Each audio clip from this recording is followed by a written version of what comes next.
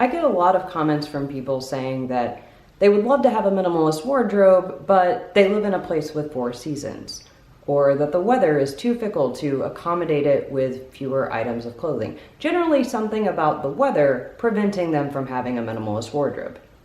So today I want to debunk this myth and share some ways that anyone can have a minimalist wardrobe regardless of your particular climate. Right off the bat, I want to say that though I do live in the southern United States where summers can be incredibly hot, it can still get quite cold here too, and global warming is making seasonal extremes worse everywhere except maybe California, which is on fire and sinking into the ocean anyway. We also travel quite a bit. My husband and I typically go to Chicago for Christmas. Sometimes we travel for work, and we like to go skiing when we can. So my wardrobe does need to accommodate both incredibly hot summers and very cold winters and everything in between. And it does. It's been over a year now that I've had either 50 items of clothing or less, and I've gone through all 4 seasons, and I can say that you definitely can have a small wardrobe that works for any kind of climate. There are also lots of other small wardrobe havers out there. I recently stumbled across somebody on Pinterest who appears to have a 21 item wardrobe for the entire year, and she lives in the Lake District in the UK, which can be very cold. So how do I do it? For me, it's all about proportion. Something I've recommended before and something many other people have suggested is to make a pie chart. Now, usually when people suggest you make a pie chart for your wardrobe, they are suggesting that you sort of divvy out the pie according to what types of activities you need your wardrobe to facilitate. So maybe you have 50% of your wardrobe for workwear and 25% for casual wear, 15% for going out, and 10% for loungewear. I really hope that equals 100, but I think you can use the same exercise to decide what proportion of your wardrobe you need to accommodate particular weather. Maybe you have all 4 seasons, so you want to split your pie in 4 ways and account for some seasonal color variation. Or maybe you have 2 main seasons where you live, so you split that pie in half.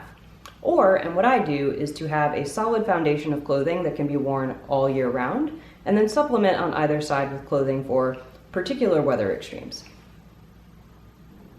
All right, this is all of my clothing for the entire year, and I've divided it up according to what is appropriate for which seasons or what type of weather. So over here on the left-hand side, I have my summer-specific items, things like sleeveless tops, short sleeve tops, and shorts. Right here in the middle, I have 13 items that are appropriate for all year round, including 3/4 sleeve tops, long sleeve tops that I actually get a ton of use out of, even in the summer, by just rolling up the sleeves, and jeans and pants. And then over here on the right-hand side, I have my winter or cold weather specific clothing, so your sweaters and your outerwear.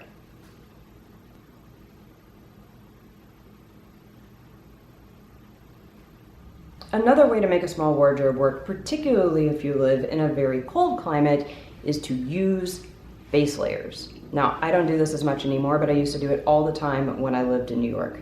If you want to add warmth without the bulk, add a thin base layer underneath whatever clothing you were going to wear anyway. Silk or synthetic base layers can add a lot of warmth without all that bulk piled on top. Another thing I used to do was to wear tights or several layers of tights under my pants. And this not only insulates your legs, but if you get the kind of tights that also cover your feet, then your feet will stay cozy. And since they're covering your feet, they won't ride up whenever you pull on your pants. That's important. My last quick tip is to have items that are multi-purpose. Maybe your winter boots can double as your rain boots, or maybe you have a jacket where the outer shell sort of zips off and can be used as a light rain jacket, or maybe you use loungewear as your base layer. This definitely isn't something you have to do, but it can be a nice bonus if you have items that are multi-purpose, and it's something to keep in mind for future purchases. All right, those are all of the tips that I wanted to share with you today. I hope you've enjoyed this hopefully quick video dispelling the myth that you can only have a minimalist wardrobe if you live in some tropical paradise. That's definitely not the case. It just takes a little planning and layering and creativity. That's it for me today. As always, thank you so much for watching. Hope you've enjoyed this video, and I'll see you next time.